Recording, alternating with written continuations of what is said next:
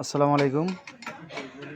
আজকে আমি আবার একটা কাজ নিয়ে আসলাম রাইস কুকারের। আপনারা দেখতে পাচ্ছেন যে রাইস কুকারটা বাতি জ্বলি থাকে, খুব বাতিটা জ্বলি থাকে, তার মানে কোনো সুইচ কাজ করে না। সুইচ চাপ দিলে সুইচ চাপ অবস্থায় থাকি যায়।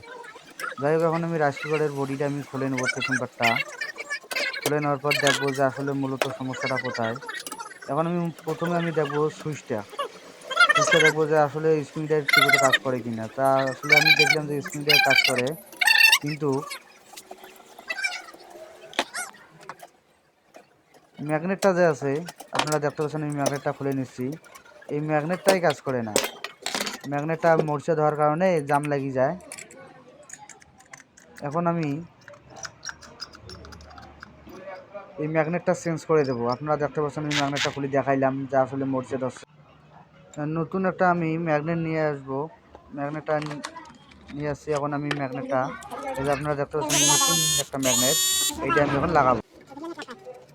এটা লাগা শেষ হলে তারপরে আমি লাইন দিয়ে দেখবো যে আসলে সুইচ আবার চাপ লেগে থাকে নাকি।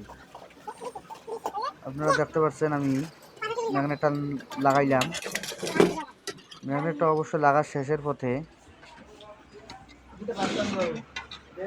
এখন ম্যাগনেটের যে সাইড দিয়ে যে দুটো স্প্রিং থাকে, আমি স্প্রিং দুটো বাঁকা করে দেবো, যেন কয়েলের সাথে অ্যাডজাস্ট হয়, নড়াচড়া হয় না। আপনারা ভালো করে দেখেন যে আমি ম্যাগনেটের যে স্প্রিংটা আছে স্প্রিংটা এখন লাগাই দিতেছি।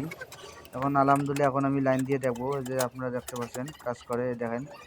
এখন আমি উল্টে নেবো, উল্টে নেওয়ার পর ভালো করে দেখবো কাজ করে কিনা। যে দেখেন এখন টাস টাস করে স্প্রিং কাজ করতেছে বা সুইচ কাজ করতেছে। এখন আমি পুরো বডিটা ফিটিং করে নেব। আপনারা সবাই আমার পেজটাকে সাপোর্ট দিয়ে যাবেন এবং ফলো দেবেন, আমি ব্যাক দেবো। লাইক করবেন, কমেন্ট করে জানাবেন ভিডিওগুলো কেমন হয়েছে। আমিও আপনার পাশে থাকবো, আপনারাও আমার পাশে থাকবেন ইনশাআল্লাহ।